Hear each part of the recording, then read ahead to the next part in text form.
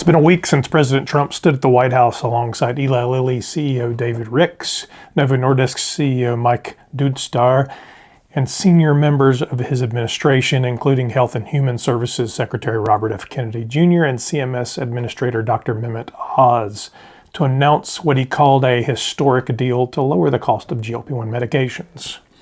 The announcement brought together the two biggest companies in the GLP-1 space, Eli Lilly and Novo Nordisk, and some of the highest-ranking health officials in Washington, to unveil new pricing commitments for drugs like Wegovy, Zepbound, Mounjaro, and Ozempic, along with expanded access through Medicare and Medicaid. But as of today, no prices have changed. The cash cost for GLP-1 medications remains the same, and patients won't see lower prices until these new programs actually launch. If you've seen the headlines, you know the buzz. GLP-1s for $50 a month. But as always, the headlines are the easy part. So today, we're going to take a closer look at what's confirmed, what's still uncertain, and what this deal between the administration, Lilly, and Novo Nordisk could really mean for the millions of Americans using GLP-1 medications to treat the disease of obesity.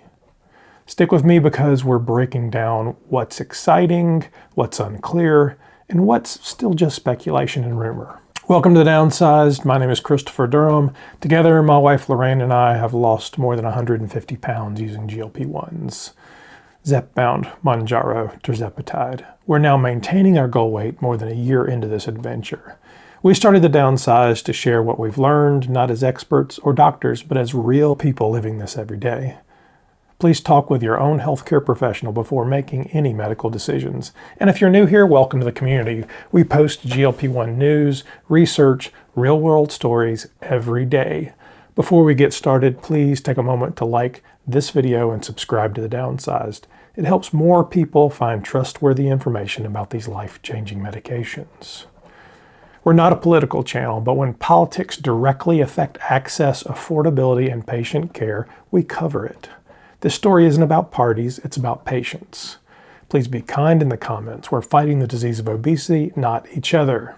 And while this agreement between the White House, Lilly, and Novo Nordisk is an exciting first step, we are cautiously optimistic.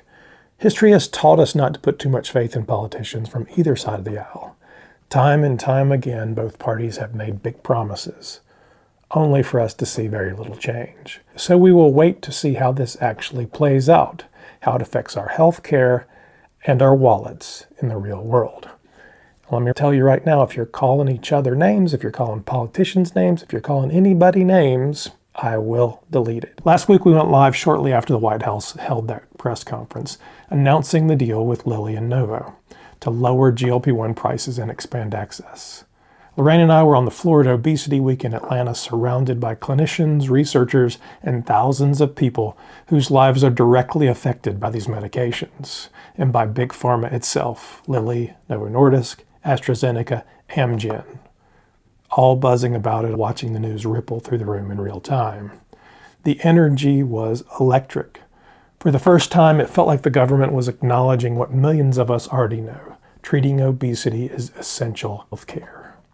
But amid the excitement, one big question lingered. What does this actually mean for us? What does it mean for you and I? Because behind every press conference are the details, and those details matter. According to the official White House fact sheet, this agreement falls under a most favored nation pricing framework designed to align U.S. drug prices with what other developed nations pay. The deals with Lilly and Novo Nordisk are the first step focused on GLP-1 medications. The administration described it as the largest coordinated prescription drug price cut in United States history. Let's look at what those numbers actually are. That's roughly a 30% reduction in real-world cash prices, and we're going to go into detail. I'll show you charts. And for the first time, Medicare and Medicaid will cover obesity medications like Wegovy and Zepbound, opening access to millions. Under the plan, Medicare patients would pay a $50 copay, while Trump RX, a new government-branded website, will serve as a central hub for patients to compare direct-to-consumer pricing, so cash pricing. It's not a pharmacy or a fulfillment site. It simply links patients to NovoCare and Lilly Direct or whatever site is relevant, where these discounted prices will actually be offered. Through those existing channels, these drugs are expected to cost around $350 a month on average, or as little as $150 for upcoming oral versions like orforglipron or the Wegovy pill. The Trump RX cash prices are expected to go live by late 2025, while Medicare and Medicaid coverage begins in spring 2026. So the real-world impact is still a good ways away. Let's break down the timeline clearly. Now November 2025, nothing has changed yet. Current cash prices on Wegovy, Zepbound, Mounjaro, or Ozempic remain around $499 a month through Lilly Direct and NovoCare, and your insurance prices are the same as they were yesterday. Later in 2025, the Trump RX website, the government's new comparison portal, is expected to go live. It's not a pharmacy. It simply links patients to Lilly Direct and NovoCare for discounted cash pricing once the program launches. In very late 2025, the first phase of the Trump RX discounts could roll out, lowering cash prices to around $350 a month on average. In spring 2026, Medicare and Medicaid coverage is projected to begin offering eligible patients a $50 monthly copay. So again, as of today, no prices have changed. But these are the milestones to watch for over the next 12 to 18 months. Let's call out what's truly new here and what could be a big win for patients. First, Medicare coverage for obesity medications. That's something doctors and patient advocates have fought for since GLP-1s were first approved for weight management. If this program launches as planned, it will mark the first time Medicare covers Wegovy, Zepbound, Ozempic, and Mounjaro and similar medications for obesity treatment. Second, lower out-of-pocket prices. The $1,000 a month figure you've often heard is mostly a list price headline. Although there are a few people out there that have been paying it, they're few and far between. In reality, most cash pay patients spend about $499 per month through direct programs like Lilly Direct and NovoCare. So what's new isn't that discounts exist, it's the scale and reach of this agreement. If these prices really take effect, $350 a month through Trump RX and $50 for Medicare patients, that's a meaningful drop from today. For Medicare patients, that's $600 a year instead of nearly $6,000. For cash pay patients, it's about $4,200 a year, saving roughly $2,400. That's not a rounding error, that's rent, groceries, or an entire year of other prescriptions back in people's pockets. And there's something else new. Lilly Direct is cutting the price of every dose of Zepbound by $50 and introducing the new multi-dose KwikPen in the United States, the same adjustable pen already used in Canada and Europe. That marks the first official confirmation that the KwikPen will enter the U.S. market, signaling a shift towards more convenient, standardized delivery for GLP-1 users here at home. For the first time, those savings would apply to millions of patients nationwide, not just a handful who qualify for cash pay programs or coupons. So as we know, Medicaid recipients were not eligible to use those couponing programs because of the law. Third, potential ripple effects. When Medicare moves, private insurers usually follow. Employer plans could soon face pressure to expand obesity coverage, and that's how lasting access change happens. And finally, both Lilly and Novo Nordisk publicly called obesity treatment essential health care. That shift in language from both major drug makers and the federal government is historic on its own. These are genuine wins, but as always, implementation will determine whether they hold up in the real world. So let's talk about the scale of the impact. If this program is implemented at scale, and if the criteria for patient inclusion are broad enough, it could dramatically expand affordability and access. As of April 2024, 67 million Americans are enrolled in Medicare. That number is expected to reach 80 million within the next decade. When Medicare covers something, it usually sets the stage for private insurance to follow. If that pattern holds true here, this could mark the single biggest expansion of obesity treatment access in United States history. If you've ever stretched a dose, skipped a refill, or switched pharmacies to save money, you know how huge this could be. Lorraine and I have been there. We've paid out of pocket for every single shot. So when we see numbers like $350 a month or even $50 for Medicare patients, that's not just a policy change. That's the difference between possible and impossible for millions of families. Now, it's still not cheap enough. There's no question about it. And I don't know that this shuts down compounding because, as most of you know, there are compounding options that significantly below that $350. But it's a good step forward. So let's speculate. What are the open questions then? Because this was a great press conference. It was a yay team. But now what happens? Well, the questions that we don't know the answer to are, first of all, what exactly is the Medicare timeline? So when is this going to happen? The White House has referenced spring 2026 for rollout, but the precise start date has not been confirmed by CMS. We also don't know the eligibility criteria. Early reports mention BMI 27 with a comorbidity or 35 without. But CMS has not published final criteria. We simply don't know what the guidelines will be. There's a lot of speculation on it, but we don't know.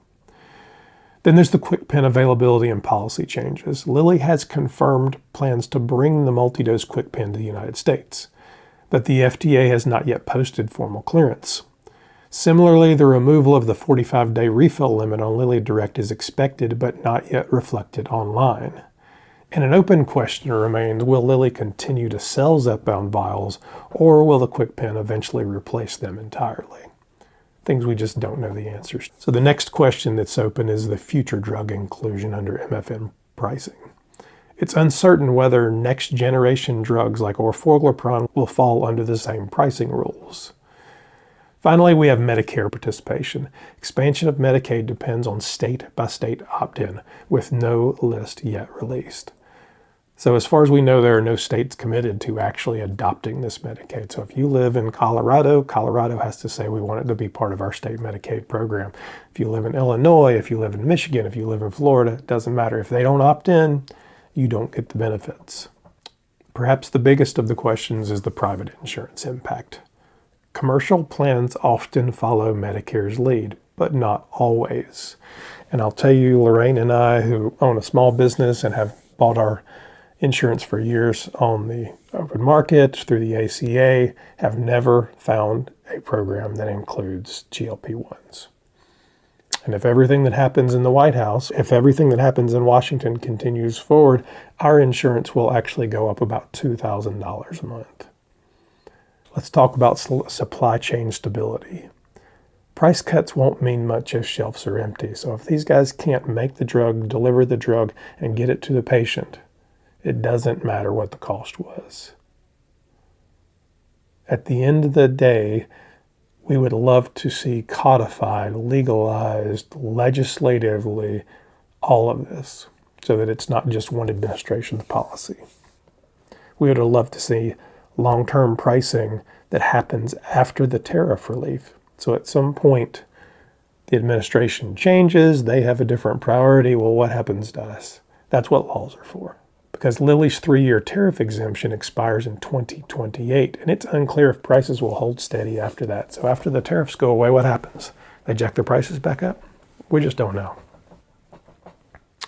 Health policy experts told NBC News they're hopeful but not convinced. Juliet Kabansky of KFF said it's a situation where we have more questions than answers. It just feels a little too squishy right now. Art Kaplan of NYU Grossman School of Medicine said it's murky how this will take shape or how the programs will work. Dr. Shauna Levy, Tulane Weight Loss Center, said the deal is a step in the right direction, but we'll remain skeptical until we see how it actually plays out. So yes, it's promising. Is it absolute? Is it finished? Not even close. The real test is whether this lasts, scales, and actually reaches the patients who need it. For Lorraine and me, these medications changed everything. They gave us our health, our energy, and our lives back. So yes, this deal matters. If it delivers, it could open doors for millions of patients. It's a great next step in the fight for affordability and access, but it's still just a step. Ultimately, the cash price must continue to come down, and insurance coverage must expand. Because at the end of the day, what matters isn't politics, it's people. The details matter more than the headlines. Policy promises don't change lives until they show up in your health care and in your bank account. At the Downsized, we believe information should empower patients, not overwhelm them. That's why we'll keep asking the questions that matter until these promises become reality.